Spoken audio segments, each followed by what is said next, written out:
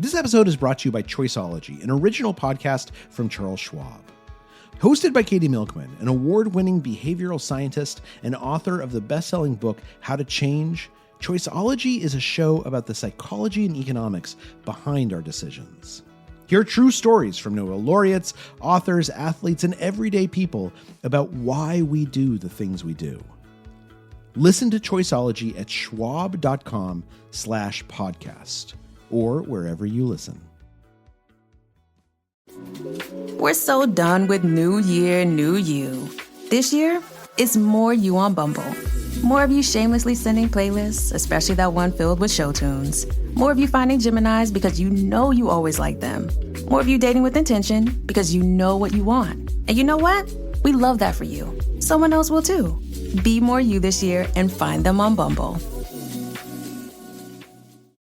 My name is Elizabeth. I am 43 years old, and I just recently left the Mormon church. I grew up in it and have been in it my whole life, and I, at the end of last year, just realized it was not working for me and it was time for something new. Welcome to How To. I'm Courtney Martin. How To, as you know, is an advice show, and we get questions about everything from how to pay off your student loans to how to have a yard sale. And then there are deeply personal questions, like Elizabeth's, which arrived in an email with a subject line, How to Lose My Virginity in My 40s. Okay, now just a heads up, we are obviously going to talk about sex in this conversation. So, in her message, Elizabeth wrote, I grew up in the Mormon church, which has very strict rules about sex outside of marriage. I never got married, so no sex. And now I don't even know how to go about doing this. It's a very good question. Obviously, there are many, many different forms of sexual, physical intimacy, but culturally, we often hear about people experiencing their firsts as teens. During that time, there's awkwardness, fumbling, learning together, and when you don't have that developmental period, for whatever reason, you feel behind. Like everyone has this script or knowledge, and you don't. It can be deeply isolating. Which is why today's listener, Elizabeth, wants some guidance. Teachings of the Mormon church include not having sex outside of marriage, and that's something that is taken very seriously. People have been kicked out of the church for having sex outside of marriage before. And typically it's not a huge issue because Mormons also tend to get married pretty young. You start having sex and it's the normal process, but I never got married. Growing up, Elizabeth assumed she too would get married young. She went to school, focused on her studies, and didn't really worry about not finding the right person. As her friends started to get married, she assumed she'd also find her person after college.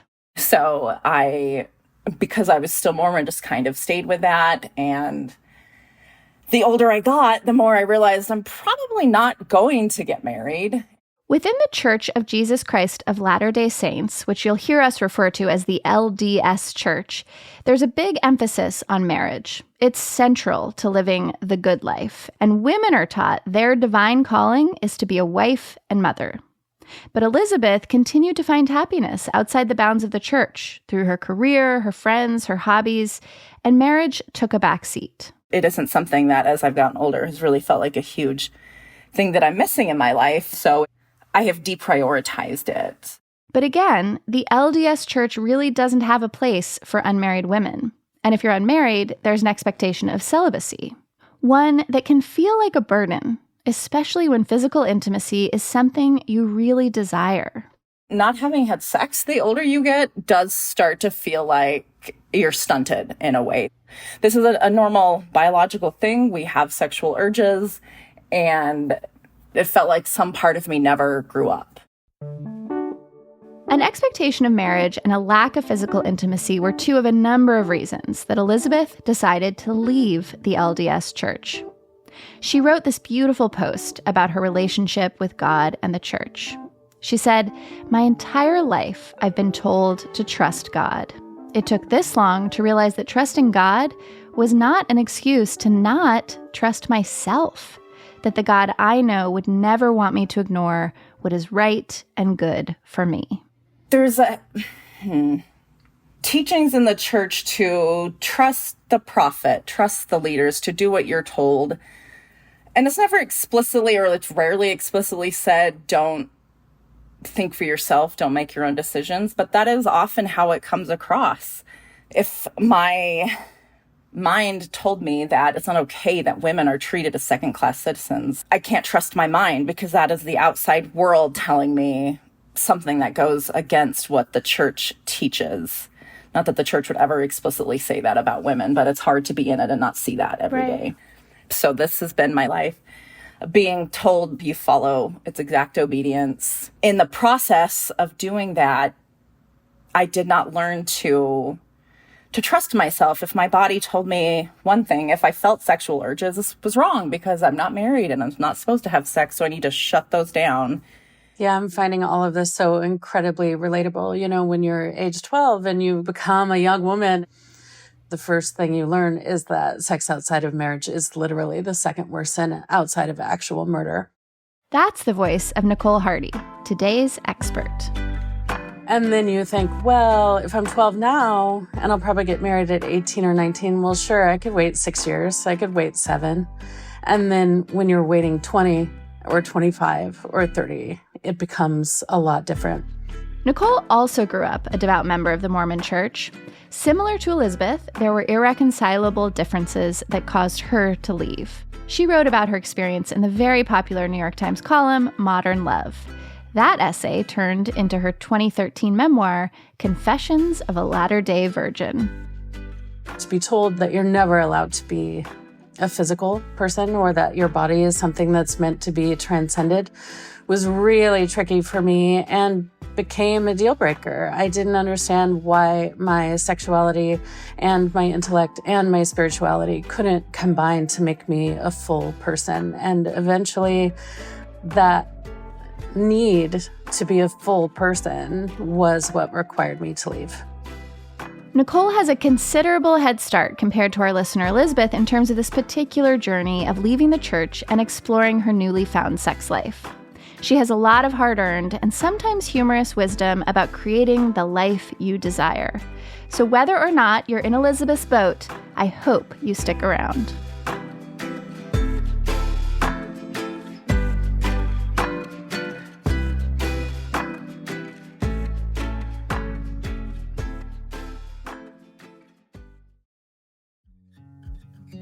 This episode is brought to you by Defender. For those who embrace the impossible, the Defender 110 is ready for the adventure.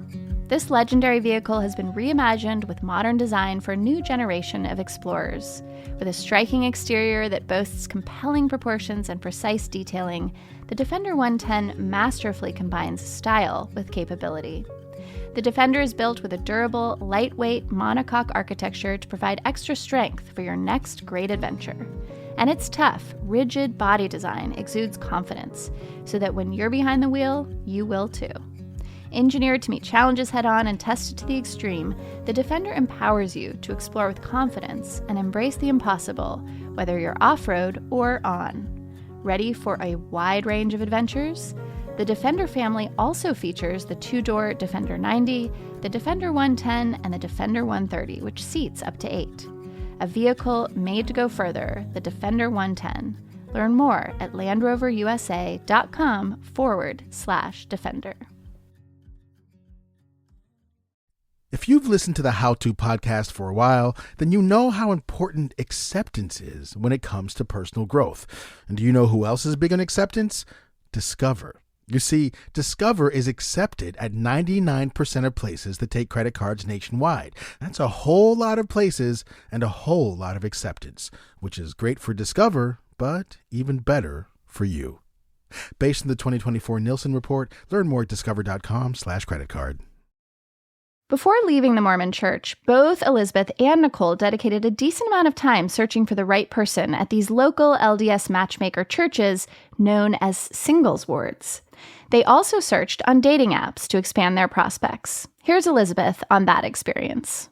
When I moved to Arizona a few years ago, I got onto, it's called LDS Singles, which is a dating website for LDS people. I was on LDS Singles in like 1996. It's awful. You would have hoped It's it would the have worst. improved since 1996, but apparently not, huh? I'm going to go with the people on it were the problem.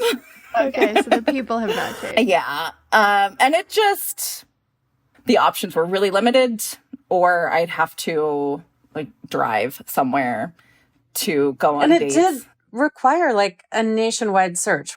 I flew to Atlanta, to New York, to Boston, to LA, to San Diego, just to have Oh my first gosh. dates with people, because trying to find someone who is compatible with you and whose LDS is a really challenging thing, especially the older you get, your options are much fewer and very far between. Yeah, I'm impressed, Nicole. I drove 3 hours.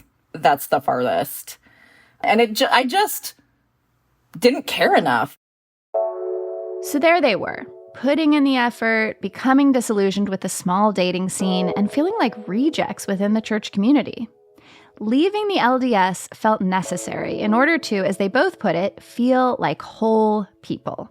And when you feel whole, that's the most beautiful time to look for someone to explore your sexuality with. But where the heck do you find that person? What would you like out of a first partner, Elizabeth? Have you done any work fantasizing about that?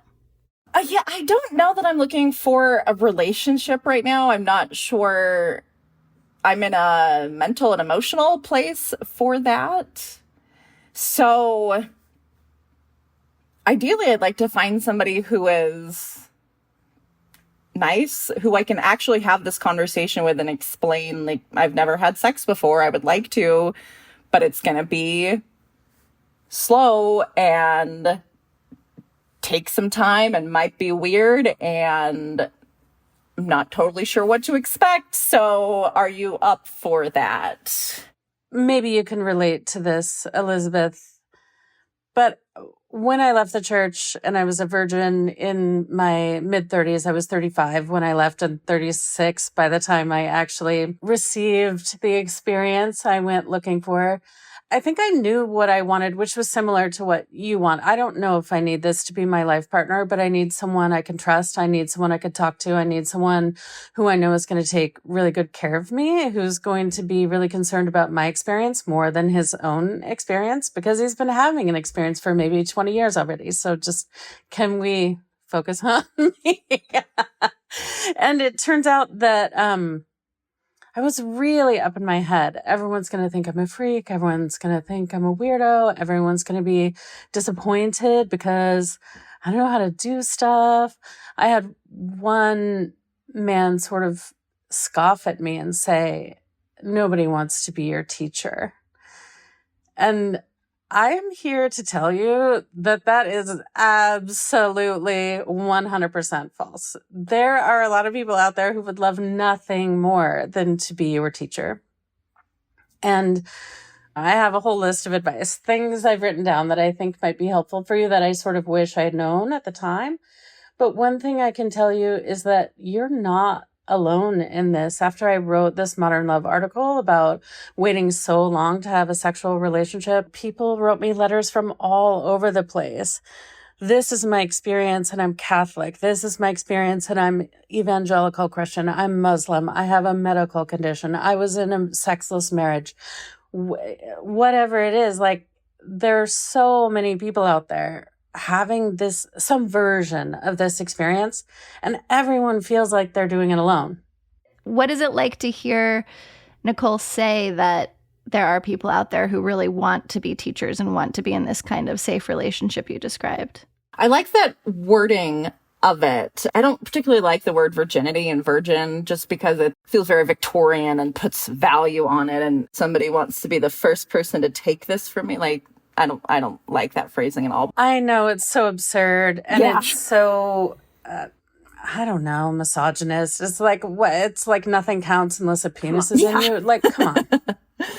That language is not my favorite So thinking of it as somebody who wants to be my teacher and help me to experience this, I do really like that idea. And it feels so much more empowering. And I think that you're already really on the right track because you know what kind of first experience you want to have. I've talked to other people who are like, oh, I want it to be totally anonymous. I don't want them to know anything about me. I don't want to have to explain it. If they think it's awkward and weird, too bad. I just want to go out, meet some kind stranger, have this experience, move on with my life, and then go from there. But for me, I really wanted it to be someone who knew me, and maybe even if they didn't love me, I wanted them to like care for me deeply. I wanted it to be able to be funny if it was awkward. Yes. If you're not laughing in bed, you're doing something wrong. Yes. Oh my gosh. And this whole thing of, you know, in our growing up, there was never a place where like sex is going to be awkward. You're going to kick someone in the face. You're going to fall off the bed. Like weird, hilarious, dumb stuff is going to happen, right? And I just wanted that to be okay. And therefore I wanted it to be someone who I was dating. And it was really funny because he actually held out for a very long time. And I was getting really impatient. The thing I learned in that relationship was just that everyone likes to give and receive differently. So, I mean, this man had been married for like 10 years before, but he was like, a thing I've always wanted is XYZ. And I actually have never received that. And I was like, oh, sure, totally. Tell me your fantasy and let's, you know.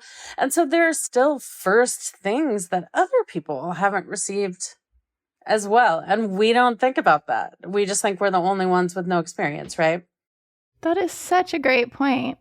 And also that two partners always have different alchemy. So yeah, anytime you have a new partner, there's like a new sort of journey of discovering that person and how your two bodies and sets of desires fit together, right? Exactly. So I was like, I haven't learned much from anyone else. So just tell me exactly how you like this. Tell me exactly. And then he would be like, what do you want? And I would laugh and be like, I have no idea. I'll take the buffet and then I'll come back and tell you what I want more of. I literally made a list of like 10 things that sounded really fun and interesting to me. And we did some of them and we didn't do others of them. I'm like, I just want to like fool around outside in nature. And he's like, oh, someone always gets sticks in their pants. And I was like, well, you have the luxury of being over it, you know? And so it was funny though, because I think in some ways I might have been, was definitely a little self-centered because I felt like because I started late, I was sort of in a hurry to have all the experiences, whether or not that person wanted them. But the beauty of not having to be with the same partner for eternity is that each partner that comes along in your life can bring some new element of pleasure. And then pretty soon you find yourself doing stuff that you thought sounded horrible or disgusting or really a turnoff. And then it turns out that, whoa, who knew with the right person, this thing that seemed off-putting is actually making me go crazy with like desire and pleasure and joy. Love it. So, Elizabeth, when you hear about this list, this buffet list, how does that feel? Does that feel approachable? Do you have a list like that in your mind? I do have a list like that in my mind. I guess I've never really thought of it in list form, but there are definitely things I've thought, okay, like as I'm reading romance novels, I could try that. This could be good. I don't know exactly how this could go, but I think maybe I'm open to that. So yeah, there are things that I have started thinking about. I love the romance novels. Is there anything else you're doing to expand your imagination about what this relationship might be like, this first experience? Romance novels have been a big thing. And I've just started masturbating. Hey, congratulations. Thank you. That is something that is not okay, but it's still very frequently done, but I just never did. I was so afraid of even looking at myself. And the last few months have started doing that. And yeah, that's been good.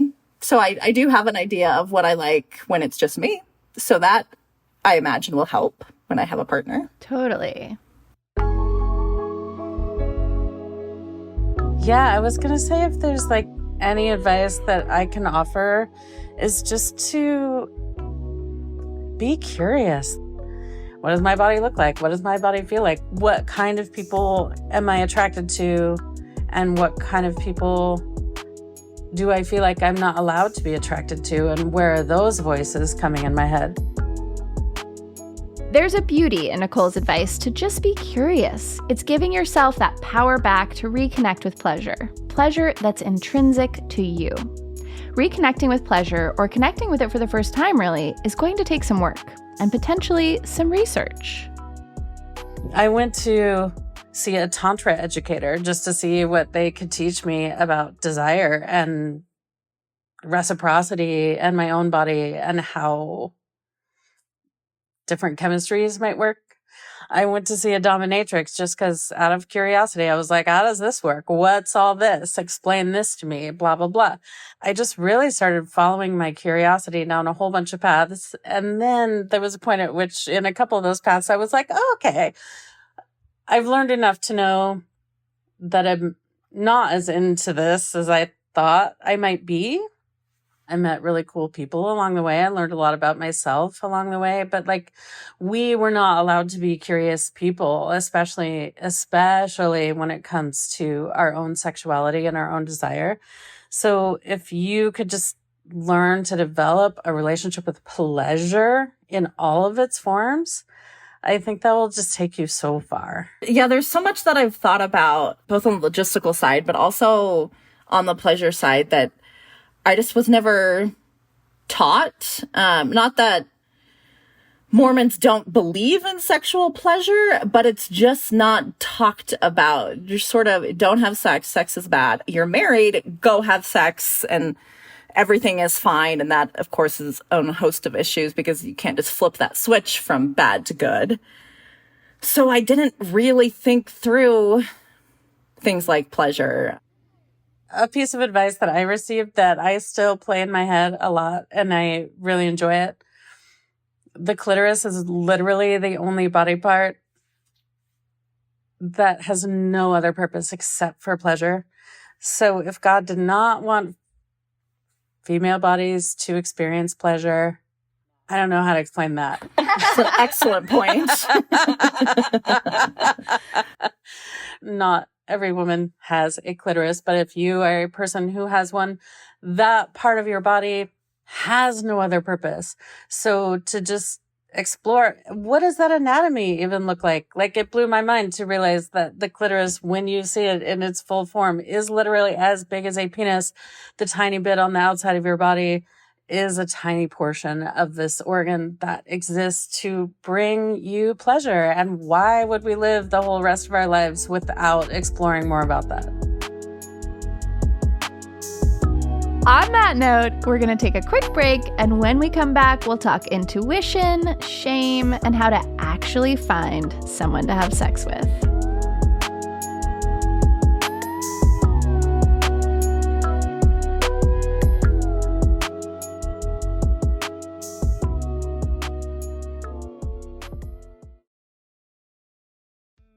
This episode is brought to you by Choiceology, an original podcast from Charles Schwab. Choiceology is a show all about the psychology and economics behind our decisions. Each episode shares the latest research in behavioral science and dives into themes like, can we learn to make smarter decisions, and the power of do-overs. The show is hosted by Katie Milkman. She's an award-winning behavioral scientist, professor at the Wharton School, and author of the best-selling book, How to Change.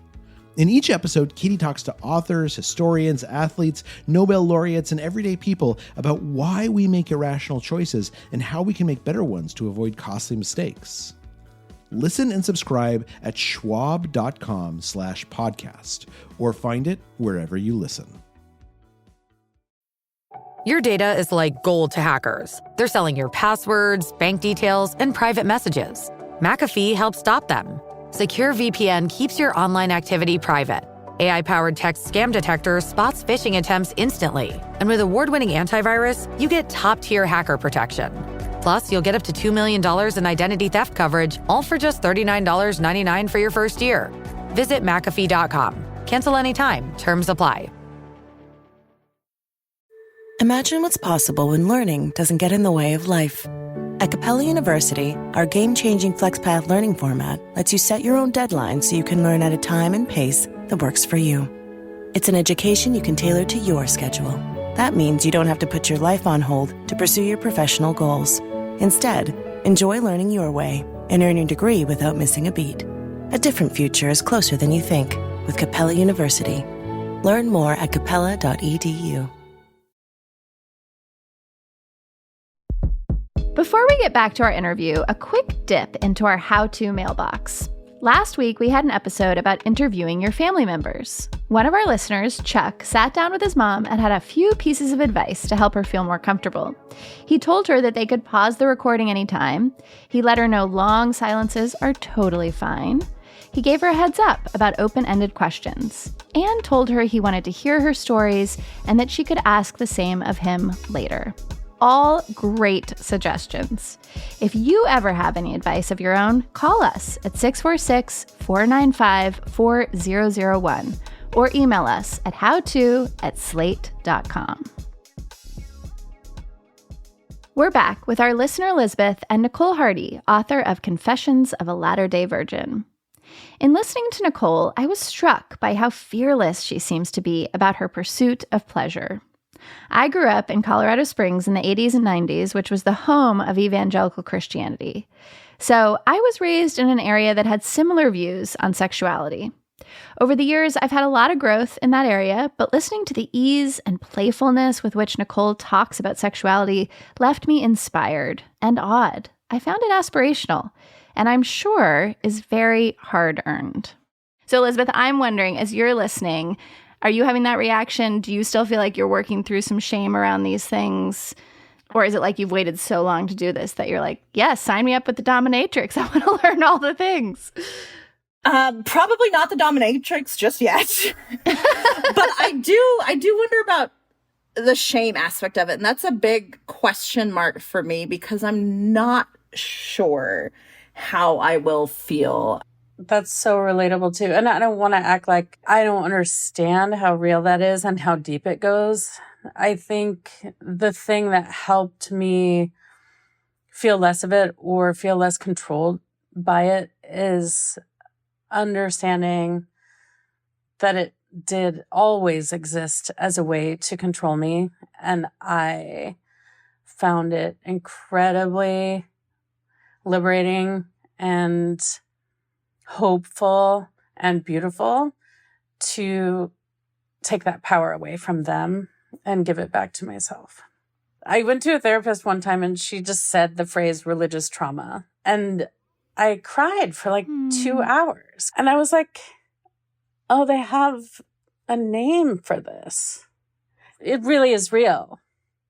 Like, I'm not just making it up. So I think the parts of me that are so joyful and so free and so willing to explore and let it be funny and let it be awkward and be in control of it and have it be such like a guiding and beautiful force in my life, it is hard earned. And I think if you skip over the part where you don't discover the wounds, that might also be doing a disservice. Because the wounds are deep. Yes. I actually, when you talked about your therapist, Nicole, I read a book last fall recommended to me by a friend also with religious trauma called When Religion Hurts You. And we'd actually passed it around our friend group and everyone resonated in different ways. But there were things in there that all of us thought, oh, that's why I feel this way. That's why I respond this way. And my therapist is also a former Mormon, which was why I went to her. And we've talked about this too. The things you don't notice for so long until they've done so much damage that, again, going back to like, I don't know that I can trust myself. I don't know what's real in some ways. Like, is this shame good? Or is this feeling helpful, or is this just a shameful feeling that came from something I've been taught that isn't actually true? And yes, my intuition telling me I don't want this thing, or I don't want this person, or is someone else's voice in my head, like dictating my actions or my thoughts or my feelings right now. And I think that detective work is so important, because unless you get to the bottom of it, you won't be able to have a relationship with your own body and your own desire and your own pleasure.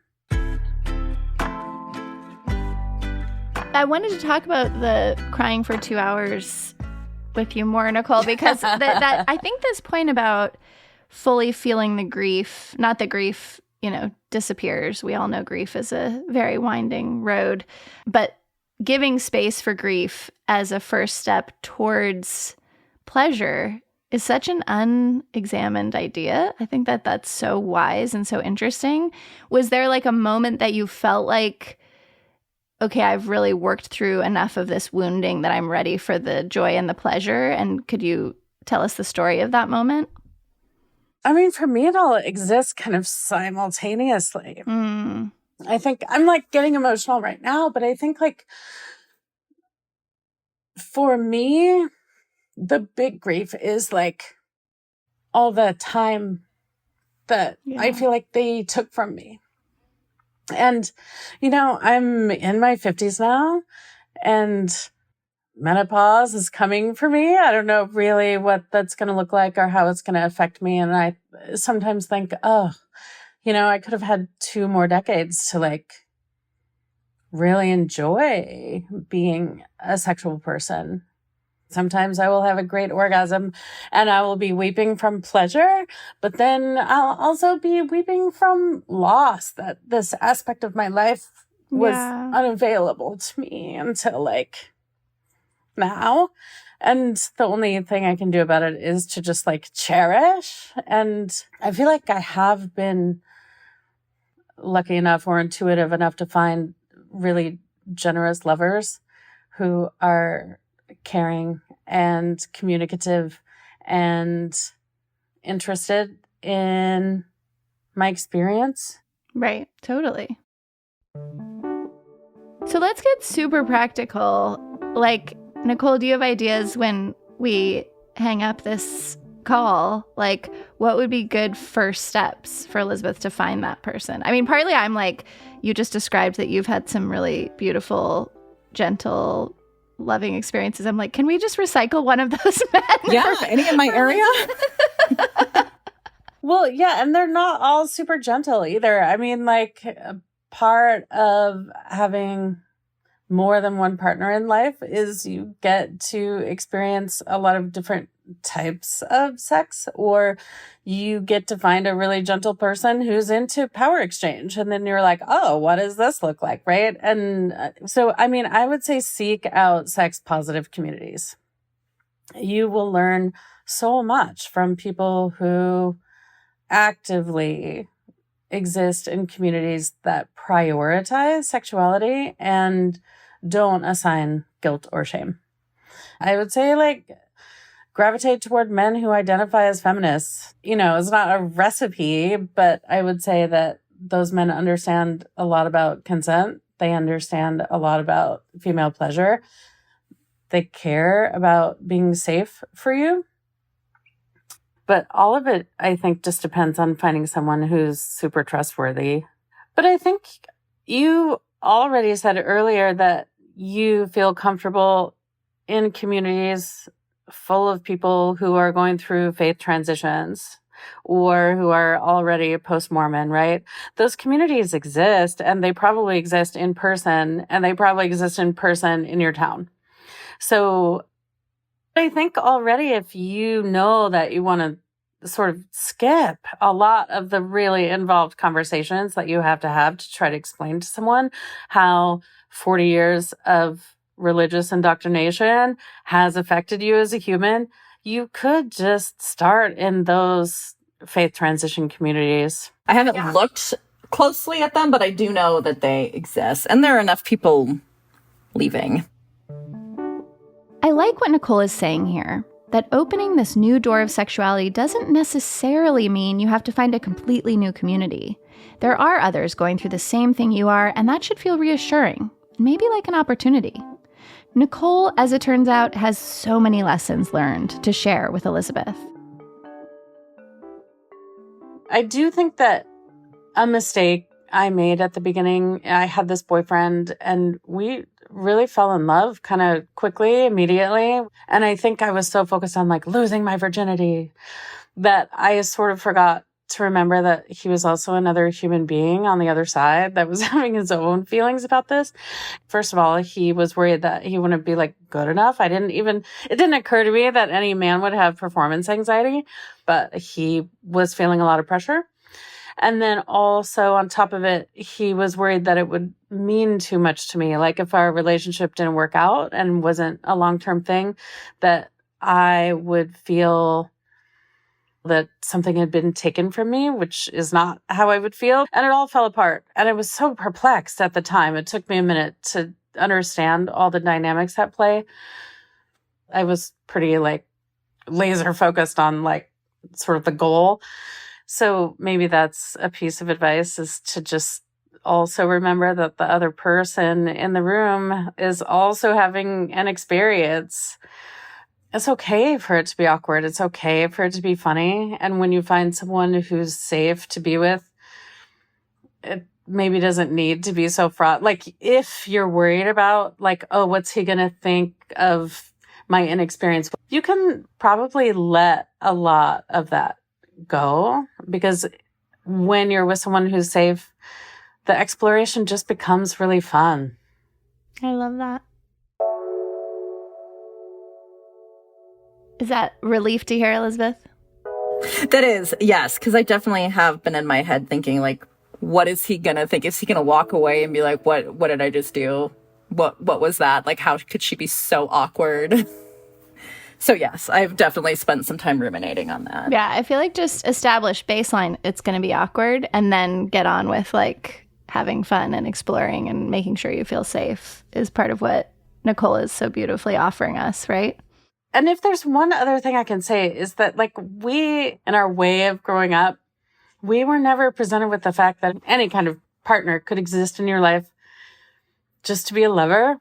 And that's such a gross word, and it feels ooky to say it out loud sometimes. But, like, what a gift those people were, just to, like, show up, a little romance, a little flirting, seduce me, give me 6 orgasms in a night, and go on your way.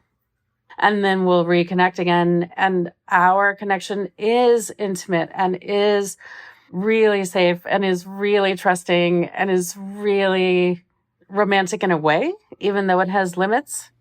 That is worthy. That kind of relationship is just as worthy and just as beautiful as any other kind of relationship I've had in my life. Slow clapping over here. You guys can't see me, but I am slow clapping. Elizabeth, I want you to take a lover. Elizabeth, how do you feel about that when you hear it? I do agree that the word, I think Liz Lemon on 30 Rock says, I hate that word unless it's between meat and pizza. but I do really like that idea, because that just seems to make it, you both know what you're there for. It's not complicated. You're not looking for forever or anything serious, and you're focused on the other person and what you're doing for them and what you're doing together. And it's a really beautiful idea. Yeah. And I don't know about you. I don't need someone to pick me up at the airport, right? It's just like we have become very self-sufficient women because we have been required to be on our own. And so like all the things that I need people for are really just to like adore and celebrate and explore and help me explore my sexuality and my body. And literally, I have made that my New Year's resolution many years in a row. People are like, hey, what's your resolution? I'm like, I'm going to prioritize my sex life. Record scratch at every party. My New Year's resolution for this year is to get laid. So. All right. No record scratch here. We are fully on board with that resolution. Elizabeth, any outstanding questions for Nicole that you're holding? Yeah, this is just logistical, but I never learned how to have a conversation about STIs, because you get married at 21 to another virgin. It's not an issue. How do you bring that up? Do I ask for evidence? Like, how do I have that conversation? It is such a normal conversation to have with people who are adults dating in the world. It's normal to be like, hi, I'm uncomfortable having XYZ interactions with you unless we both have clean test results. Like, could we both get tested? It's normal to ask someone how often they get tested. It's normal to ask someone what high-risk behaviors they engage in. I mean, like, are you going to require someone to wear a condom at all times? Cool. All of this is super normal. And if someone acts like it's not, this is why I'm saying just enter into sex positive communities, because it's just as easy as like, how many sex partners do you have? I would like us to be monogamous, or I would like us to be non-monogamous. And what does that look like for you? Like, these conversations, it's a skill that's important to have, and fear of having that conversation is where danger comes in, right? No, I don't know. I don't know if I want to say danger, but risk. Right. I don't love the way I look naked. I don't love the way I look not naked. How do I get out of my head and not be thinking all the time like, oh, he can see the flab, he can see the stretch marks, he can see all the flaws in my body, and there's no way he's attracted to me, and then I'm just like in a spiral of self-loathing.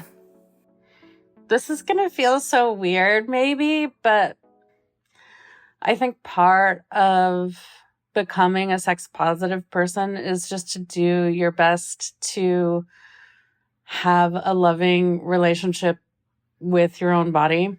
Sometimes I'm at home and I put on like some really nice lingerie and I drink some really nice whiskey and I put on music and I take a bath and I pleasure myself. And it's embarrassing to say it, so I have to say it in a silly voice. But like, it's not embarrassing to give myself affection and sexual pleasure and admiration and the kinds of compliments I would like to receive from a lover. You can also give those compliments to yourself. And it's small. What do you like about yourself? Your hair? Great. Compliment your hair. Do you have a great rack? Cool. Tell yourself you have a great rack. And like, engage with your body in the same way you would appreciate it being engaged with from a lover. If you give yourself a great orgasm, you can have a conversation with those feelings that you are experiencing in your body. And that also becomes part of your sexual relationship that you bring to someone else. I also think this is one where the community aspect and the friendships can be so catalytic. Don't you think, Nicole? Like, just surrounding yourself with imagery of women who have all different kinds of bodies that are sexy and in love with themselves. Exactly. I think that has really made a difference for me, sort of remapping my whole idea about what beautiful and sexy even is. Absolutely. That's not necessarily a religious thing. That's just culture. Like, only so-called perfect bodies are worthy of love. Like, we all know that's bullshit when we say it out loud, right? But somehow it's still inside of us. Like, if I don't look a certain way, I'm not worthy of a certain thing. And like, I think every human on earth has to unwire those wires a little bit. This has been such an inspiring conversation, I have to say. I have like really deep admiration for both of you, and just the journey you've been on. I think people of all different sort of life journeys could learn a lot from the way that both of you are approaching this critical part of life with such intention and imagination and courage. Thank you so much for having me. It's sometimes a little funny that this is, you know, when I'm the expert on. But if I have given you anything of use, it makes it worth the terror of putting that first essay out into the world. I was like, oh, 14 million people are now going to read about, you know, this very vulnerable aspect of my life. And the fact that I still receive notes or letters or invitations like this makes me feel like being that vulnerable was worth it. So I hope I had something useful to say to you, Elizabeth, and I really wish you the best of luck. Thank you so much. Again, Nicole Hardy's memoir is called Confessions of a Latter-day Virgin. We'll link to it in the show notes. Also, she's co-creating a stage show that will debut in Seattle this June called Crash Course. They describe it as a storytelling extravaganza for people interested in, get this, Mormonism, sinning, plane crashes, dinosaurs, gay stuff, awkward coming-of-age stories, feminism, sex, and wanting to be loved for exactly who you are. Who could resist that? If you're up in Seattle, check it out and tell us what it's like. If you're a Slate Plus member, listen to our latest installment of Quick Fix. My co-host Carvel Wallace just moved to a new apartment, and I moved a few months ago. We'll talk about what we did right, what we did wrong. No spoilers, but Carvel's book collection factors prominently here. Plus, we'll also share a couple of our recent delights. If you aren't already a Slate Plus member, you can subscribe now on Apple Podcasts by clicking Try Free at the top of the How To Show page. Or visit slate.com/how-to-plus to get access wherever you listen. The episode is available for you to listen to right now. We'll see you there. Do you have a pleasure worth exploring? Send us a note at howto@slate.com or leave us a voicemail at 646-495-4001, and we might have you on the show. And if you like what you heard today, please give us a rating and a review and tell a friend. That helps us help more people. How To is produced by Rosemary Belson with Kevin Bendis. Joel Meyer is supervising producer. Merritt Jacob is senior technical director and composed our theme music. Charles Duhigg created the show. Carvel Wallace is my co-host. And I'm Courtney Martin. Thanks for listening.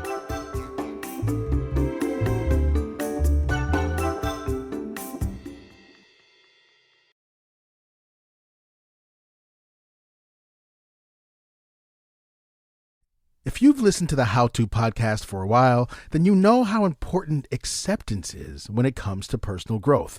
And do you know who else is big on acceptance? Discover. You see, Discover is accepted at 99% of places that take credit cards nationwide. That's a whole lot of places and a whole lot of acceptance, which is great for Discover, but even better for you. Based on the 2024 Nielsen report, learn more at discover.com/creditcard.